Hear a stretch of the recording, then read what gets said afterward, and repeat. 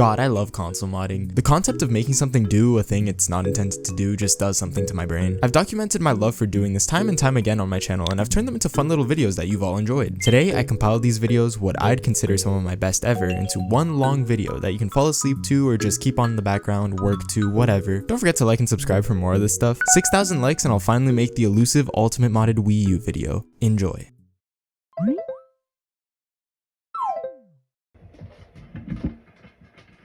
This is a Wii. Better yet, this is my childhood family Wii, the same Wii that I've had since 2010. Fast forward 8 years to 2018, where this Wii is now fully in my possession and in less of my family's possession. This is when I decided to mod it. My modding efforts ended once I got WiiMfi and TTGP installed on my Wii, since if you didn't know, I'm a little bit of a Mario Kart Wii addict, but you'd be right in saying I haven't exactly modded my Wii much at all. As much as I promote mods for the Wii in all of my videos, I've never actually used 90% of the mods myself. I know for a fact that the Wii is capable of so much, so I'm here to prove it. So come learn with me as we mod my Wii to perfection.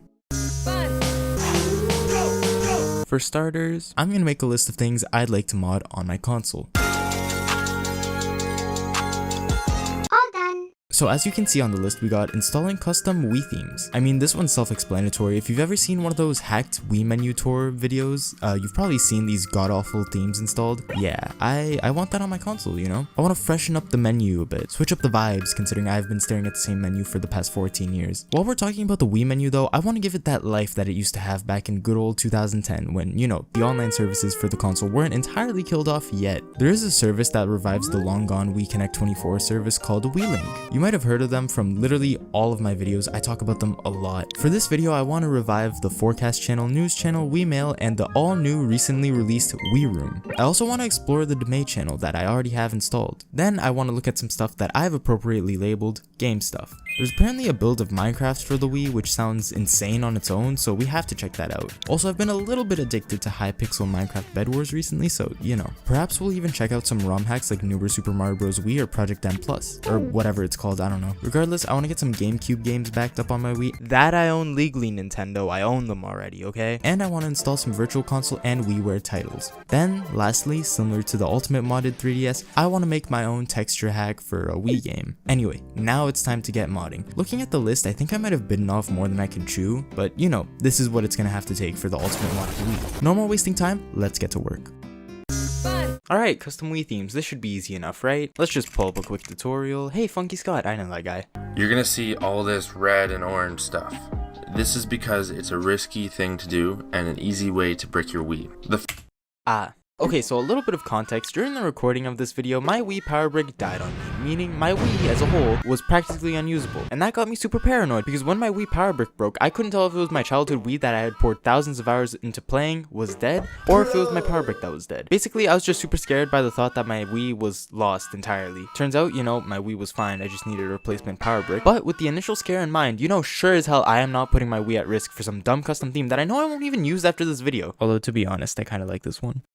Everything before this was written months ago when the near loss of my Wii was still fresh in my mind, but I think now I'm finally ready to actually give this entry a shot. That and the fact that I also took the time to get BootMe, preloader, and also make a quick NAND backup before the recording. Anyway, instead of directly following Funky Scott's semi-outdated tutorial, I opted to follow the tutorial on the Wii.hacks.guide site, which turned out to be a little simpler. I started off by going to this Wii Themer website that would let me choose themes and then compile them into .csm files that the Wii can read and turn into custom themes. Usually you'd have to use the WiiTheme.exe app and do it manually, but I let the site compile the files for me. WiiThemer had this really cool and sick purple theme that I definitely wanted to try. I mean, look at that, that screams 2006. They also had this dark default Wii menu theme that I've always seen around and I've always wanted to try. After that, I simply got CSM installer onto my homebrew channel and created a backup of my default Wii theme. Doing this created a themes folder that I could use to drag and drop my theme files into. After doing this, I just hopped back on my Wii and I was able to install all my themes no problem. And I have to say, I am really enjoying the new look. But enough about those lame themes. Have you ever wanted your Wii menu to look like Discord? No. Guys, I should be hearing no's in the audience. No one would ever want this. It just makes you look like you go outside less than I know you already do. Regardless, we also got Friday Night Funkin'. Oh, god. Okay, scratch all that because we also have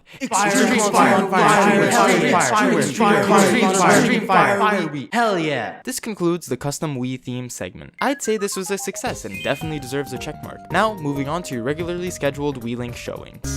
With custom Wii themes out of the way, I wonder what's next. Finally get Wii Link. Sweet, I've actually been looking forward to that one. For this one, we're gonna get started with Wii Mail and then move our way down to the cooler things Wii Link has to offer, such as Wii Room and the Mii channel. Wii Mail was simple enough to obtain. I just needed to work through this Wii Link patcher, which gave me a ton of prompts on what I wanted installed from Wii Link servers and how I wanted them installed. Then it took dragging and dropping the files to my Wii's SD card. For Wii Mail, I just needed to patch the Wii message board through the homebrew channel with an app that I got from the Wii Link patcher. However, for other channels, you'll see that I'm gonna have to install whole new WADs to my Wii. WADs, by the way, are the Wii's equivalent to .exe files. They just install applications to the Wii menu. With that done, my Wii message board is now up and running and I can add Wii friends and send messages to all these people on my contact list. And hell, if you want to send me stuff through Wii Mail, feel free to. Here's my friend code. Moving on, we're gonna install the beloved forecast channel and news channel to my Wii. I got these WADs again through the Wii Link patcher and I installed them straight to my Wii. And just like that, I have the forecast channel back. So I can check the weather all the way in Sri Lanka. And now with the news channel, I can keep up with the news live. Yeah, so the day I'm recording this, the US election finished and as a result, the news channel is down. Though I can view small tidbits of news from the channel banner, I can't actually view it from within the channel. The servers were flooded and it is literally impossible to download any info from the Wii Link servers because of the influx of new data. So, yeah, I don't know when the channel is gonna be online again. Moving on to the moment I've been waiting for though. Wii Room is this awesome Japanese exclusive channel that provided a variety of content up for rent, such as movies and shows, as well as free content including news, cooking, recipes, and not to mention, the original Japanese channel had a shop where you could buy exclusive custom Mii merchandise such as stamps, keychains, and bags. Unfortunately, it was a Japanese region exclusive and had been shut down since 2012. However, through the magic of Wii Link, the functionality of this channel is now back, to some extent. Obviously, the content posted to Wii Room isn't made anymore, so Wii Link actually ended up reaching out to content creators and modders in the Wii space to make content for them to put up in the Wii Room showroom. That's where a majority of the content for this channel comes from. Occasionally, some visitors will stop by and recommend shows and videos to watch within the channel. These visitors are always either developers or donators to the Wii Link project. Unfortunately, the shop is not functional, but I believe there's something planned for this? Some sort of use planned for this? I don't know. Anyway, I think Wii Link's Wii Room is honestly the coolest thing ever. The fact that they were able to not only revive the channel, but also bring in a heavy community aspect to the channel is amazing. And I'm not just saying this because they featured my content in Wii Room. Like, why would you even moving on. Whoa. Let's pause the video here for a brief explanation of the Mii channel. If you've never watched any of my videos, the Mii channel, or the food channel, was a service Nintendo offered from 2009 to 2017 that let you order food directly from the Wii in partnership with some food delivery company I forget the name of. Anyway, oh yeah, this is a Japanese exclusive channel by the way, because I guess Japan can only have cool stuff. Fast forward to 2017, the Mii channel, dead, gone. Nintendo shot it with a gun, but hold on, what's that? Wii Link, whoa, no way, who could have guessed? Wii Link comes in 2023 and gets a complete version of the Mii channel working for all regions, and now we're here. Come on guys, did you really think I was gonna explore this channel? Did you really think I was just gonna look around this thing? Look at it. It's barren. I know you just want to see me order a pizza on the Wii, so let's do just that. We'll start off by selecting pizza from the wide variety of food we have on here, then selecting the Domino's location nearest to me. Yes, I really live near 123 Awesome Street. Honestly, just gonna speed this part up because I don't care about sharing my Domino's order with you, although I do usually get mushrooms instead of green peppers. I just want to make that clear. I'd love to get mushrooms, however. And with that, we'll just confirm the order and... oh. Let me just translate this. Well, that's fine, we'll just do this all over again. And, oh. No, I'm joking, the pizza's on its way, it'll be here in like 20 minutes or something. In the meantime though, I think this is another task complete and we're ready to move on. As a small side note, just so I don't have the entire world population coming after me, I also took the time to install the Wii Link Check Me Out channel, Everybody Votes channel, and the Today and Tomorrow channel. I just didn't feel like their inclusion was that necessary. In case you didn't know what those channels are though, I highly suggest you check out this video by me about those channels and everything that we had to offer after this video though. With that said, however, we're ready to move on. At this point, we're halfway through modding the Ultimate Wii console. However, we've just scratched the surface of what the Wii can do. We've revived Wii channels and gotten custom Wii themes, but what's the Wii actually made for? That's right, playing Minecraft, and I guess games as a whole, but whatever. Did you know the Wii could even play Minecraft though? I sure didn't. That's why for this segment, we're here to experiment with Cavex, which is a port of Minecraft Java Edition Beta 1.7.3 that amazingly enough supports the Wii's motion controls. I'll just quickly gloss over the installation process. All it took was finding the app through the homebrew browser, which mind you, I did not have prior to to this video, and I cannot recommend it enough. It's so cool to just look through all the things Wii Homebrew has to offer. Like dude, did you know Pedro Wii was here? Dude, they got Pedro Wii on here. So yeah, CaveX was eventually installed, and the game of course was a tiny bit buggy. I'm not even touching my nunchuck, why is it doing this? And the controls were lackluster. I'm literally never touching this game again. These controls are giving me an aneurysm. But I mean, I'm willing to look past all these things because honestly, it's an incredibly well done port of Minecraft. You guys better do what I wrote out in these oak planks. This took me way longer than I'm willing to admit. For something that literally wasn't designed to play the game at all, 9bits, the creator, did an incredible job. And it's only gonna get better from here on out.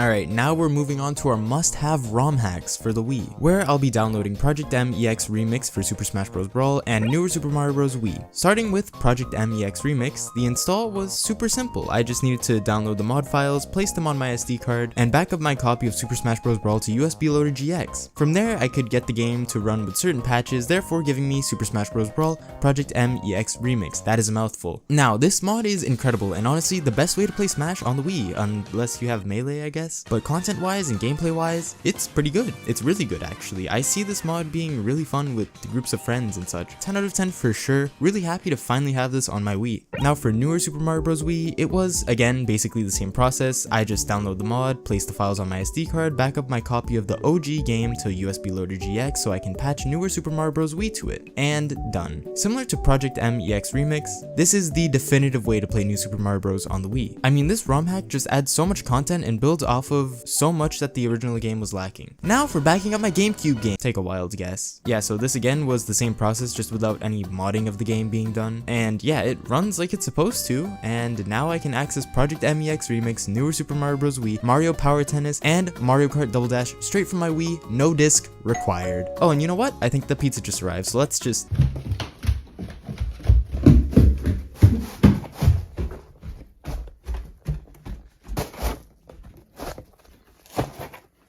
So you'll notice this is Papa John's. Yeah, so the Demay channel Domino's pizza ordering thing just never worked for me for some reason. It's a real thing, guys, I promise, you can look it up, but I don't know, every time I tried ordering, it would just flash this error, and I'm gonna be honest, I had no idea how to fix it, so I just ordered Papa John's on my own. Yeah. Now, finally getting our Virtual Console and WiiWare games was literally the easiest process in the world. Why did I say process like that? I just find the ROM of the game that I want, make sure it's a .wad, I install it with my WAD manager, and that's it. The banner in the game effectively is just right there on my home menu, ready to play whenever. That's yet another task complete. And just one more to go, and I can call my Wii the official ultimate modded Wii. Conveniently, the goal that I was dreading the most in my checklist from the last time I did this kind of video is now no match for me. I have a decent amount of experience when it comes to making custom textures, especially for Mario Kart Wii. I mean, I've been doing it since I modded my Wii, so basically since I was 12. So you know how Funky Kong and Daisy are like the big two of Mario Kart Wii? Yeah, so I'm gonna be making textures for them.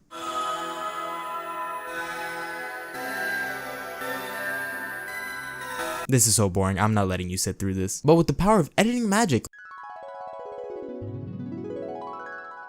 look, my textures are here, magically. Yeah, so I made this black and white kind of Daisy texture to match my channel profile picture, which is black and white. And then I made a Galaxy Funky Kong texture because, I don't know, I like the galaxy. And I guess it's also my channel banner. And I also made Green Blob, and Green Blob is here to tell you that this is yet another task complete. I made my own game mod texture, whatever it's called thing. Anyway, I have the official, real, official, modded, ultimate modded Wii.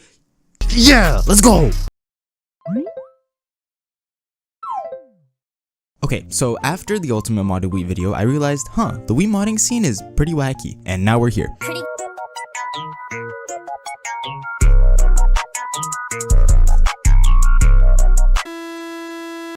I know, that wasn't the craziest intro, and I know this isn't my Mii, but instead me in Animal Crossing. Anyway, let's move on from that and focus on diving into the wacky world of Wii modding. In my Ultimate Modded Wii video, I only covered the serious stuff and none of the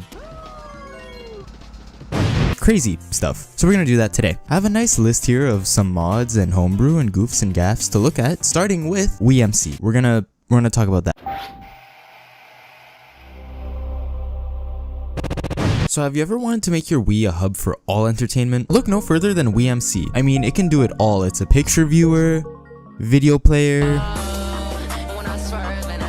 music player. You can search YouTube videos on this thing, or Vimeo videos if you really wanted to. It's also a DVD player? You know what? I got some discs to prove that. Okay, so I wanted to use my very real and not pirated copy from Colombia of Alvin y las Ardillas 3, but I literally don't have the disc for it, so Cars is gonna have to do. And yeah, it works. And when I'm not playing DVDs, I can even watch my own videos. This is a Wii. No way, really? Dude. Anyway, we all know the best method of watching my videos on the Wii is through the Wii Link revival of Wii Room. Speaking of Wii Link, they revived the Today and Tomorrow channel, a channel which I had mentioned in my Ultimate Modded Wii video, but didn't showcase until now. Don't look at that. That's for a different video. And you might be saying, but Chili, what's so wacky and zany about the Today and Tomorrow channel? And to that I say, it's all made up. None of the predictions are real.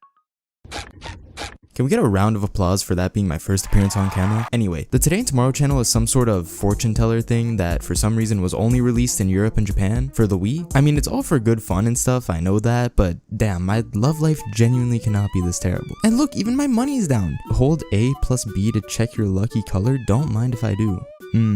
Poop color. Love that. Yo, so in the original video, there was a sponsorship segment here, but I'm not gonna make you watch that. Anyway, moving on to the thing that lets me use whatever I want to control my Wii mode. It's fake mode. It's called fake mode. So fake mode is this homebrew software that allows me to use practically whatever I want to control my Wii, more or less. Granted, it has to be a controller. Now, to get fake mode, it was actually quite the experience. Y también esta carpetita. No sé por qué el único tutorial que he encontrado está en español. Language aside, the plan with fake mode is to use this PS3 controller to win a race online in Mario Kart Wii. But if there's one thing you should know about me, it's that I suck at Mario Kart Wii. No! So this should be quite the challenge. Instead of having you sit through all of this though, we'll just let myself marinate with the PS3 controller and we'll move on to a little segment I like to call... Basically, I'm just gonna look through the Open Shop channel on the Wii, download a bunch of different homebrew, and we'll see how good it is. Starting with figuring out once and for all, what is Pedro Wii? Thanks to the comments on my last video, I found out this Pedro guy, he's not very awesome. He's also the president of Spain, and also this thing sucks, and it's all Pedro Wii is. Why? Moving on from whatever that was, voxelcraft is yet another concept of Minecraft on the Wii. Now in the last Ultimate Modded Wii video we checked out CaveX, which was a million times better than this. Regardless, you might remember me complaining about the CaveX controls. Yeah, the voxelcraft controls managed to be even worse. Instead of the camera being controlled by the joystick, it's controlled by your cursor on the Wii sensor bar. Yeah. Anyway, I couldn't stomach much of this game, so I quickly built a green top, or I guess a brown top since the grass is never gonna grow, and got out of there. Also, the movement is completely broken. Cook Wii Clicker. It's just like Cookie Clicker, but all of its personality got stripped away from it forcibly. Yeah, it's just a text clicker game, and that's it. Not much else to it.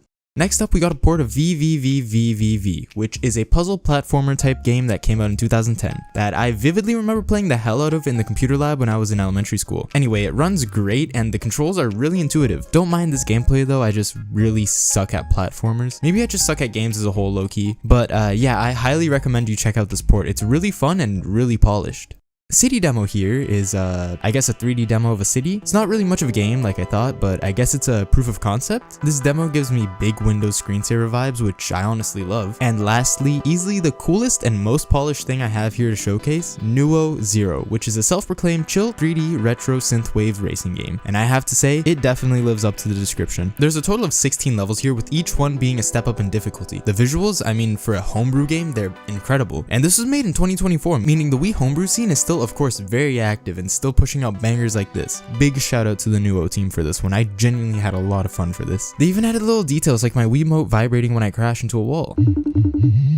Oh, hold on. I'm getting word that me from the past is now telling me right now, no, me now is letting, whatever. I won the race with the PS3 controller and it looks like this. I did the quirky hand snap transition, and honestly, I don't know if this is the future or the past. This whole video is being shot out of order. Anyway, I won. Here's how that race went. Okay, so I want to preface a few things I didn't know before I recorded the last segment regarding fake mode. Number one, this controller sucks for Mario Kart Wii. The D-pad is like impossible to hit for tricks and wheelies, and the buttons, they just feel weird. But yeah, the joystick likes to do this sick thing from time to time, so that was awesome to deal with. To be fair, I can't complain too much. I literally found this controller under my bed. I mean, look at the gamer gunk on it, damn. This aside though, this is how the race went.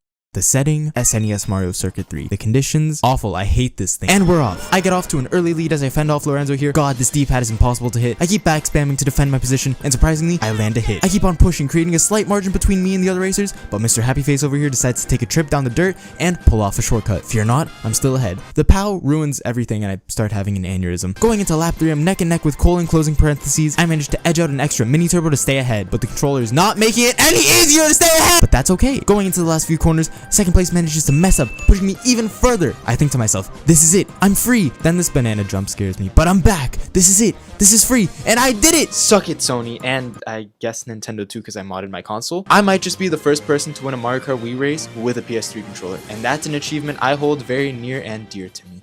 And lastly, once and for all, we're looking at Insane Kart Wii. You can think of Insane Kart Wii as CTGP, but there's like absolutely no moderation on what tracks make it into the pack, considering there's 4,536 tracks in this pack. These tracks, they vary in quality quite a bit, I won't lie. Anyway, what better way to get the full Insane Kart Wii experience than to just play a Grand Prix and marathon through my thoughts on these tracks. Starting with Bonneton Raceway, a cool track based on Super Mario Odyssey. It's a fun track apart from the fact that it scaled horrendously. Also, I had a major Mario Kart Wii moment on this track.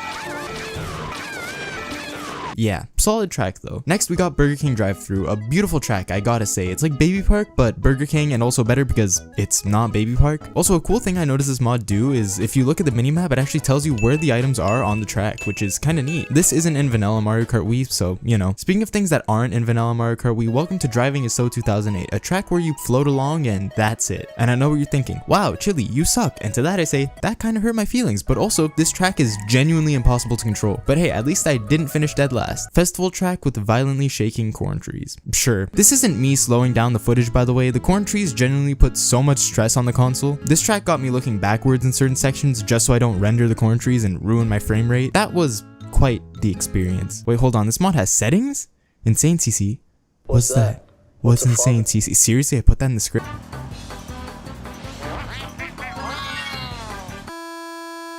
Okay, so that's Insane CC. Bumper cars, you're telling me I can play bumper cars in Mario Kart Wii? Don't mind the track, but you know I gotta go with a heavy combo for this. Dry Bowser on the Flame Flyer, bumper cars, let's go. Well, that's disappointing. Is this game mode broken? I mean, the closest I got to bumper cars was this, but that's only because I'm a heavyweight and therefore I obliterate Baby Peach with my weight stat. Hold on, mission mode? I gotta check this out. I've never played a Mario Kart Wii mission mode mod before.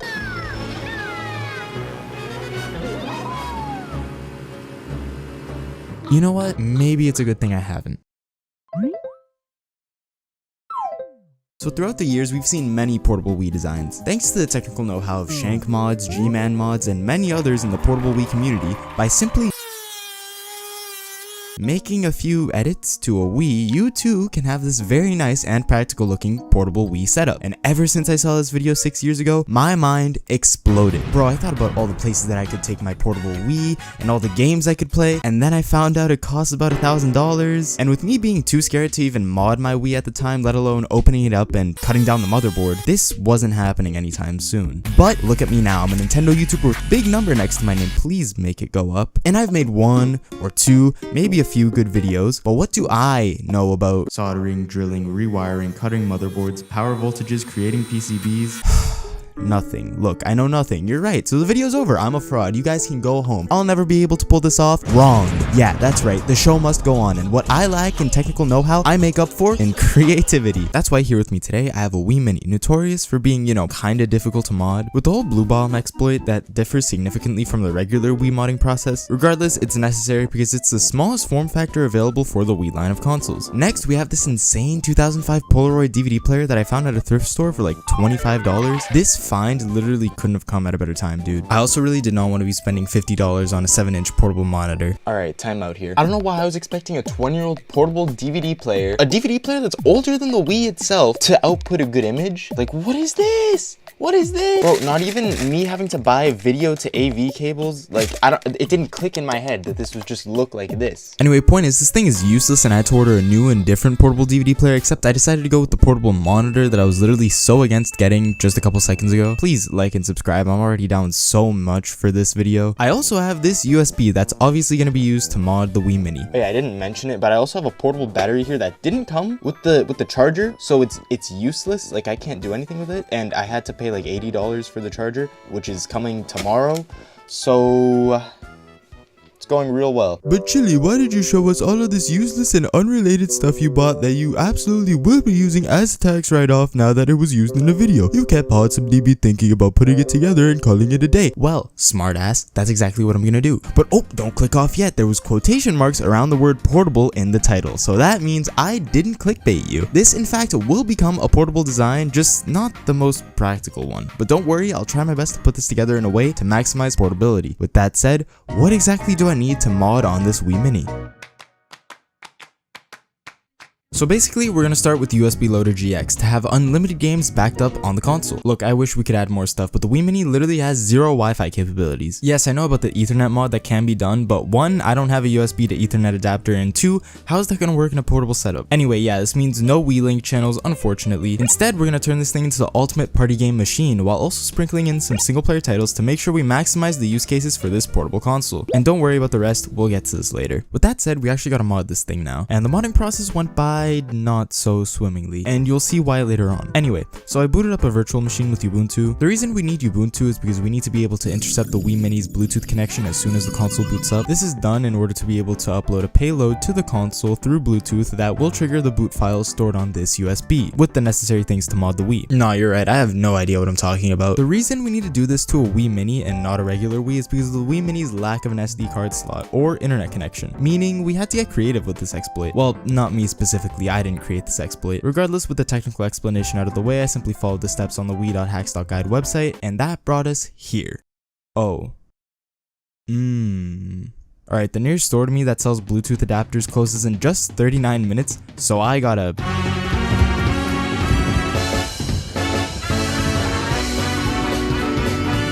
Alright, we made it just in time. Literally like 10 minutes before they were closing, I picked this up. It was like $5. I don't know if it's good at all, but I mean, we'll see. Alright, with this last thing, I think finally I have compiled all the things I need to make this the ultimate portable Wii. And yeah, it turned out to be quite the expensive list. Anyway, back to modding. Yes, dude, finally.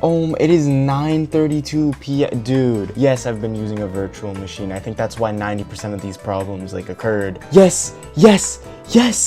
It did the thing. Credits. Okay, shout out.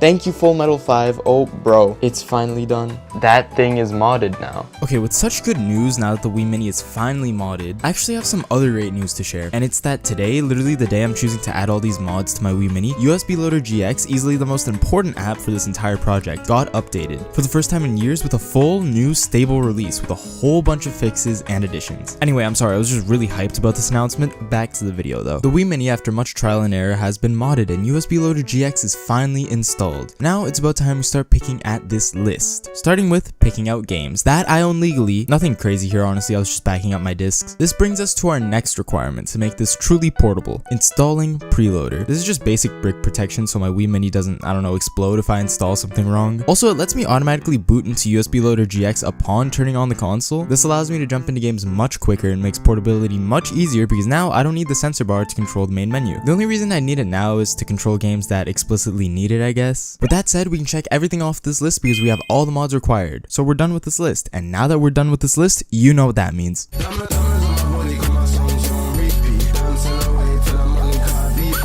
We're here posted up at this park. Getting this all to work took a little extra time because the Wii Mini had, again, no Wi-Fi capabilities, so I had to download all this box art manually and apply it to USB Loader GX. Also, I installed a theme because why not? But I know why you're really here. You want to see me play some games on this portable Wii, and I got you covered. So here's how Mario Kart Wii went. I literally only have Funky Kong unlocked on this save file, so let me actually log in here. And I failed immediately, dude. Wait, no, we're good. I have a, hello? Okay, I have a golden mushroom. It wasn't letting me wheelie though for some reason. Oh, I'm gonna throw this back. Why not? Uh-oh, pow. No, we're good.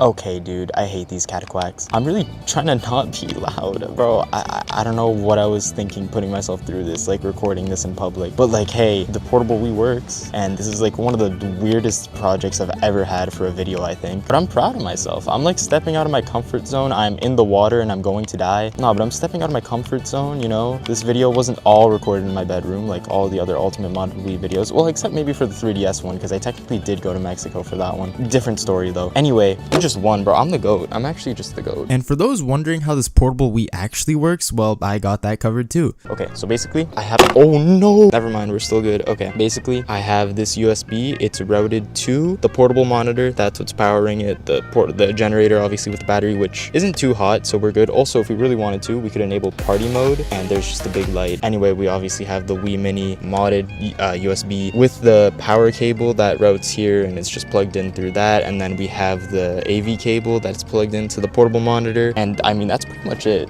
Okay, so was it the most portable design? That's not making it past TSA. Was this video more or less an excuse to buy and mod a Wii Mini? Honestly, yeah. You still gotta give credit where credit is due. This thing was really fun to make and use, and also, it's outside, pretty far out from my house. And look, I'm out here saving the Mushroom Kingdom from the comfort of this random ass park I stopped by at. So yeah, this console is pretty portable. And with that, I've completed yet another childhood dream of mine, owning and making a portable Wii console. 6,000 likes and I'll make the ultimate modded Wii U. Sorry for...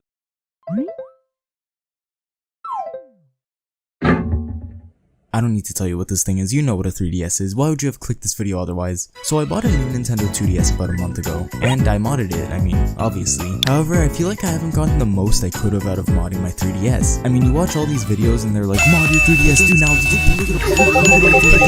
now. Meanwhile, I'm sitting here playing CTGP7 and that's about it. So I figured enough is enough, I need to mod my console to perfection. And what better way to do that than in 24 hours, before my flight to Mexico. I figured I might get bored on my flight, why not bring my 3DS? Then I thought a step further and I was like, what if I made my 3DS the ultimate portable console? And now we're here with quite the time constraint. Okay, so let's set some ground rules. What modded content do I currently have on my 3DS? Well, apart from literally 2 ROM hacks, those being CCGP7 and Animal Crossing Welcome Luxury, highly recommend both by the way, and a couple games that are booted straight from my SD card, there's not much else that I have. Let's change that. I want to start by adding Twilight Menu for sure to my 3DS. I'd love to play some DS games straight from my SD card, no emulator required. While on the topic of emulators though, I don't really care for older retro games too much, although I think it would be pretty cool to have some emulators on my console for NES, SNES, maybe N64, I'm not sure if the 3DS can do that. Oh, and GBA of course. I want to set more of a challenge for myself. I think I want to mod a game myself, whether it's like texture or music edits, I want to figure out how to do that. I mean, I know how to do it on the Wii, it can't be that different, right? And lastly, I want to install some more games. I just want to get some of the gems that I don't already own physically on my console. I know for sure I want to get Mario Golf World Tour because apparently it's like really good and I've never played it. Alright, it's time to actually mod. My flight is at like 2 o'clock tomorrow or something, so we're already at, let's check, 19 hours left. Okay, Jesus Christ. I talk about modding a lot, but realistically I had no clue how to get Twilight Menu. I knew what it was, I just didn't know how to get it. So after some quick YouTube tutorials and Google searches, I figured it out and popped in a couple games and bang, thing 1 out of 4, done. I dumbed it down a lot because installing Twilight Menu just took getting the CIA from Universal Downloader, getting the ROMs online, legally of course, and putting them in the right folder. Stupidly easy and quick, I don't know why I didn't do this sooner. Anyway, the games I decided to go ahead and install were Rhythm Heaven, never played it, but I've heard it's really good, Animal Crossing Wild World because like, why not? I'm literally the #1 Animal Crossing fan in the world. That being said, I've never played Wild World. I also got Super Mario 64 DS because Mario Hoops 3-on-3 because super underrated Mario sports game that I gotta make a video on at some point in the future, and lastly, New Super Mario Bros. Because Mario. Alright, that's all Twilight Menu has to offer. How much time are we at? 18 hours? Okay, that's not bad. I think what I'm dreading the most is the whole quote-unquote creating my own mod portion of this journey, but I'll cross that bridge when I get to it. Screw making my own mod, I'm gonna get some emulators up and running on my 3DS. How do I do that? I have no idea, but with a little bit of magic and one Google search later, I figured it out. It's as easy as downloading a retroarch.ca file and installing it to your 3DS. I actually had no idea what RetroArch was before this video, and looking into it, it's actually a really cool service. They offer tons of emulators for use on a wide range of game consoles. As for the games I downloaded to emulate, I honestly just picked some classic Mario games. You can never go wrong with those, as well as Tetris, and Tetris. Now for the true test, welcome to this new mini-series on my channel called Will It Emulate? Well, basically I'm just going to test a game from a specific console generation on the emulator to see if it runs properly. Starting off with the NES. I mean, obviously, what did you think I was gonna say? Oh, the NES is too graphically intensive for the 3DS. No, look at it, it's the NES, of course it runs. 10 out of 10 on the Will It Emulate score. Moving on to the GBA now, where we have some riveting Tetris gameplay. Honestly, I don't have anything to say. The emulation is obviously good apart from whatever was going on here in the start screen. 9 out of 10 on the Will It Emulate score. And now for the N64, and after hours of research, more like 5 minutes to be honest, I realized it's simply not possible to emulate the N64 on the 3DS, or just not in a good way, like with good performance and all that. 0 out of 10 on the Will It Emulate score. And finally, the SNES, which didn't work for some reason. I honestly just think I forgot to put the ROMs in the right folder. Regardless, at the time I couldn't be asked to fix it, so laziness out of 10 on the Will It Emulate score. And with that, we have another task complete. Let's just check the time real quick. We now have 17 hours left. However, with editing magic, it probably feels like 1 minute. Honestly, the majority of the time is being spent setting up for recording footage. I feel like realistically I could have done both of these tasks in like half an hour total.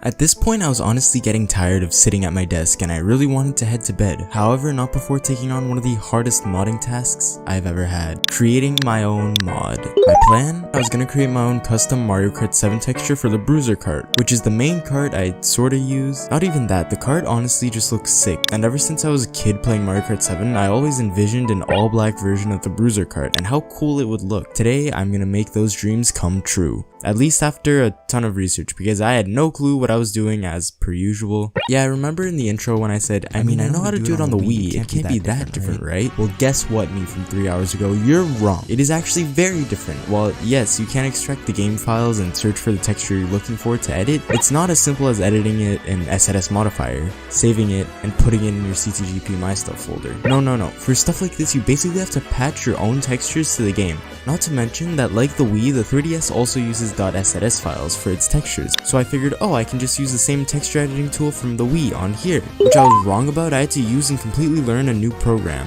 Not to mention that Mario Kart 7 handles its textures much differently from Mario Kart Wii, which is a game that I am very familiar with adding custom textures and music to. And after tons of failed attempts, Google searches, asking in the CTGP7 Discord for help, it was finally done. 2 hours of my work for one stupid texture to work. And a couple more. You see, I was not gonna let this opportunity go to waste, so I grabbed some cool texture edits and music edits from Game Banana and slapped them into my pack. And voila, my very own personalized version of Mario Kart 7, complete with Cat Toad, Dry Bones, my own custom Bruiser cart, this cool B-Dasher texture I found, and this dark Cloud9 cart texture I found. And I also found a mod that changes the Mario Kart 7 Wi-Fi Connect music with the Wii one, because the Wii one is an absolute slapper. And finally, with all of that out of the way and 15 hours before my flight in the bank, I think I finally deserve to sleep. I know, I have the more games task left. However, I figured I'd just leave that for tomorrow in the morning. As for getting more actual games on my console, that takes a lot of waiting. I might as well just let a couple games install overnight, and with that, I'd call it a challenge complete. We did everything. We got Twilight Menu, we got the emulators, we got my own custom made mod and more games. As for the games I downloaded, I got a homebrew port of Super Mario 64, Mario Golf Island Tour, and Mario and Sonic at the 2012 Olympic Games. I can confidently say that my 3DS is the ultimate portable console, but there's only one true way to find out.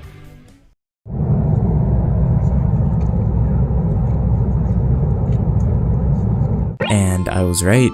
I played my 3DS during the whole flight and it was genuinely very fun and enjoyable. I think this is the first time in about 10 years I brought my 3DS on vacation with me. I always thought it would never happen again, but with all the content I had loaded on my 3DS, it was kind of impossible to put down. Whenever I'd get bored of one game, I'd just look forward to the next adventure. It's kinda crazy. Sorta like this channel recently. I wanna take this time to appreciate everyone who subscribed recently. I went from like 300 subscribers to 1,300 in a couple days, which is absolutely insane. I would have never expected this growth for my channel. My last video did so well and it makes me really happy knowing that I can share stuff that I'm passionate about online and people will listen and enjoy what I have to say. So thank you.